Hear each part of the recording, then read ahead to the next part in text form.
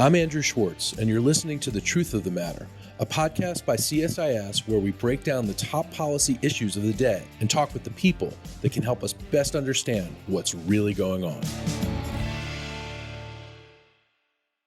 To get to the truth of the matter about this week's events in Washington with President Zelensky of Ukraine and what is the future of Ukraine's funding coming from the United States, we have with us CSIS's Max Bergmann, who is the director of our Europe, Russia, and Eurasia program. Max, welcome back to the podcast. Thanks so much for having me back. So, Max, this was a busy week. President Zelensky came to Washington, met with leaders in Congress, met with the president. What do you make of the visit, and how's it looking for funding for Ukraine? Well, I think, Andrew, one of the things I could say is that as someone who's following Ukraine assistance very closely and the events of the war in Ukraine and Russia and Europe, I frankly don't know. Because right now this is about border policy issues. This is about the president and Senate Republicans negotiating over a domestic policy issue that is become linked to Ukraine security assistance and also Israel assistance. So this is all part of the one big supplemental package. We're waiting to see if there's any breakthrough in Senate talks that are going on right now. And there's increasing concern, I think, amongst Democrats on the left that the president may make concessions or has already expressed willingness to make concessions that they find unacceptable. And I think the thing that everyone has to be reminded of is that if the Senate comes to a deal and passes a supplemental, which would include Ukraine funding Israel, but also dramatic changes perhaps to U.S. border policy, that then still has to go to the House, which then would likely have to wait until next January. And so there's still a lot of uncertainty about whether Ukraine funding will happen, even if there's a deal before Christmas between Senate Republicans and Senate Democrats. And talk about what that means for the Ukrainians. So this is what is, I think, so problematic about how the supplemental is being dealt with, is that right now Ukraine is fighting a war. But how do you plan and fight a war when you don't know what ammo you're going to have in 3 months' time, in 2 months' time, or throughout all of next year? And the Russians, we know, are likely going to bombard Ukrainian cities with long-range cruise missile strikes, drone strikes. They've been building up their arsenals and are likely going to unleash. So will Ukraine have the air defense munitions to be able to protect their cities, to protect their infrastructure, to protect their populations and their military? It's a big question. And then will Russia go on another ground offensive? And then will Ukraine have the artillery necessary to sort of fight that back? Huge question. So the thought that we were, in some sort of stalemate after Ukraine's counteroffensive didn't succeed the way we had hoped, the fact is we're not in a stalemate because the Russians are going on the offensive, are gearing up to really bring this war to the Ukrainian people. And the fear is that Ukraine starts running out of air defense munitions, starts running out of artillery. They have to ration. And if they have to ration, well, what you do in a wartime situation is you protect your military and you let your cities get bombarded. That's what happened during the Blitz during World War II. So we could see a lot of Ukrainians die this winter because the U.S. hasn't passed funding and because Ukraine no longer can be resupplied. And let's be very clear. The president doesn't have some magic wand that he can wave to still get Ukraine weapons. We are very careful about what we allow our presidents to do when it comes to providing U.S. military equipment and U.S. weapons to a foreign partner. Iran-Contra almost resulted in Ronald Reagan's impeachment. The president doesn't have the money, doesn't have the authority right now to keep supplying Ukraine, and that's a huge problem for the Ukrainian forces, the Ukrainian public, and for European security. So this is really dependent on Congress, as with most things when it comes to the purse strings.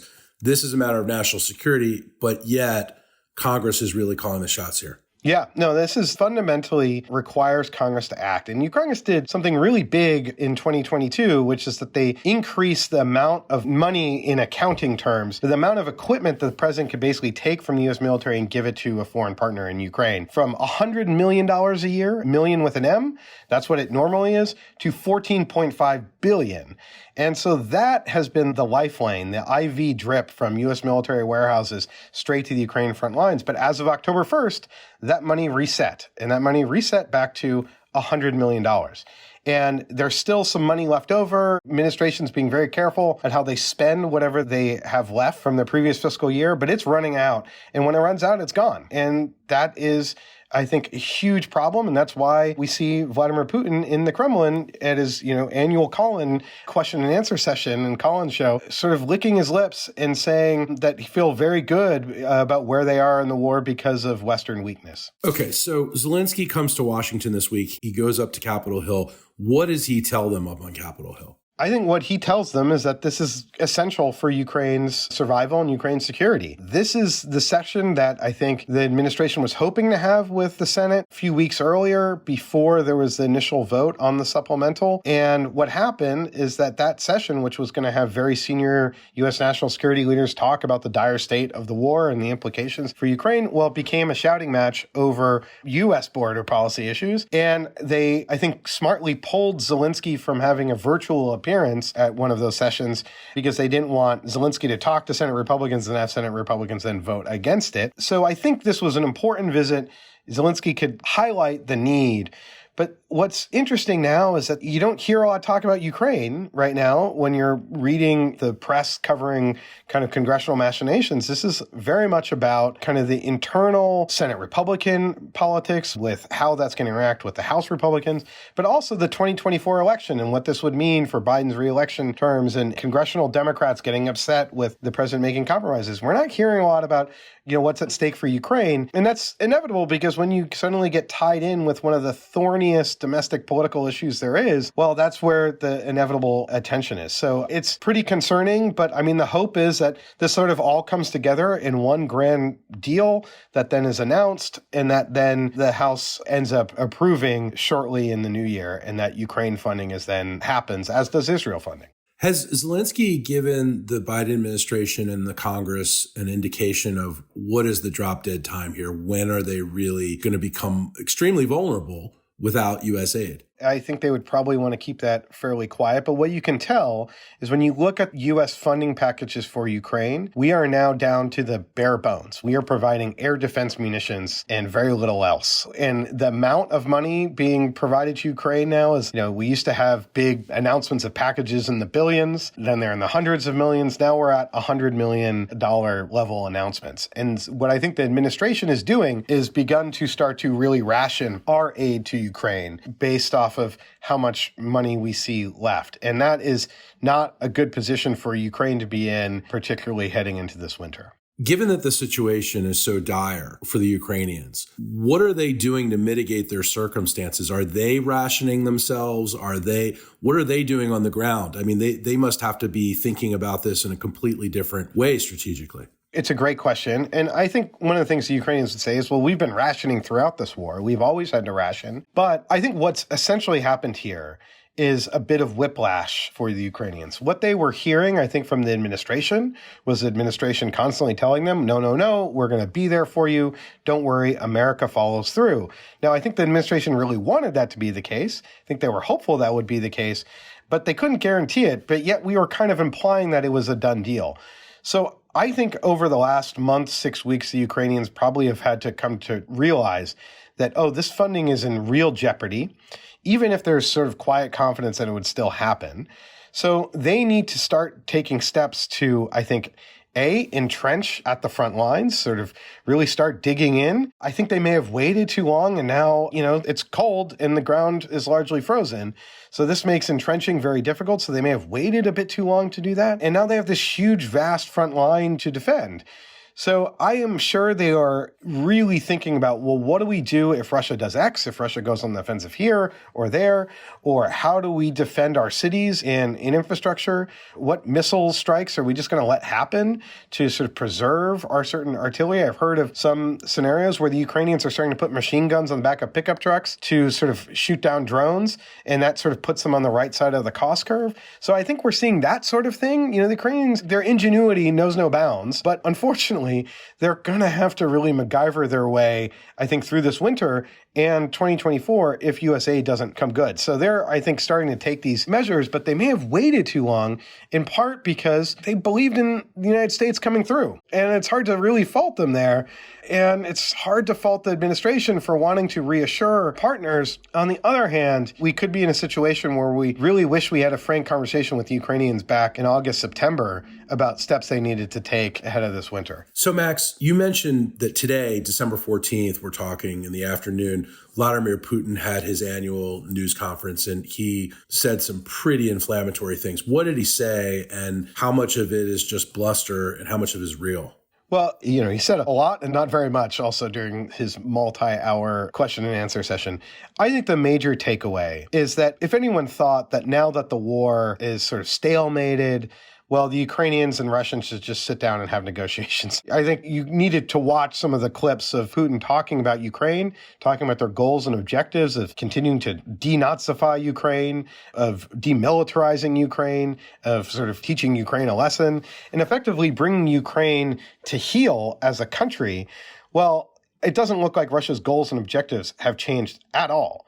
And so the problem with the effort to negotiate, or the desire to have a negotiation, is it takes two parties to tango here. And the Russians have no interest right now with Vladimir Putin in engaging in negotiations. And frankly, the Ukrainians recognize this and also have no interest. So the war is going to continue. And I think what we see is the Russians have every intention of ramping up this conflict, of seeking, and I think for Vladimir Putin, frankly, to reverse the humiliation of the last 2 years and to try to win the war. So that has not gone away. And in fact, I think you see Putin being very arrogant and cocky, especially given the issues that we are having with passing Ukraine assistance, both in the U.S. and what looked like for a while in Europe, although the Europeans now look like they have come through with aid for Ukraine. So what does winning look like for Putin now? Do we know what winning looks like for him? Well, look, if I were an advisor to the Kremlin, I would be like, well, now is the time that we should send a huge bat signal out there to say, we are ready for talks to end this war, because we've gained a land bridge to Crimea. We've absorbed tremendous losses in this conflict. And what do we now expect to actually gain territorially? And we're never going to actually win this war. So why would we keep fighting? But I think from Putin's perspective, the Russian military is now gearing up. The Russian defense industry is now humming. And yeah, our casualties have been high. We can absorb that. And the Ukrainian military is still vulnerable. And if we can take out Ukrainian air defense, we could maybe bring Russian Air Force into the war, which has currently been on the sidelines. And then we can make major territorial gains and head toward Kyiv. And we can crush this nonsense of Ukrainian statehood, of Ukrainian nationalism. And I think that is their broader objective. So I think their objective remains to go to Kyiv, to crush the Zelensky government, to install a pro-Russian government that then seeks to eliminate the kind of Ukrainian nationhood.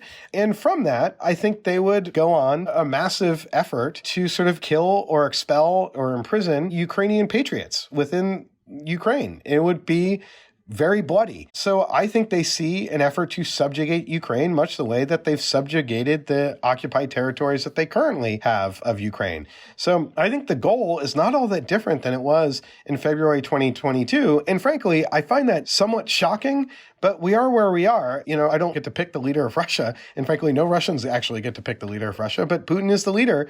And I think he views this as essential to his legacy of how he's going to be viewed in history. And if he allows a Ukrainian nation to form, despite all his efforts, I think he will view himself potentially as a failure. So I think he views this fairly in existential terms for his broader historical legacy.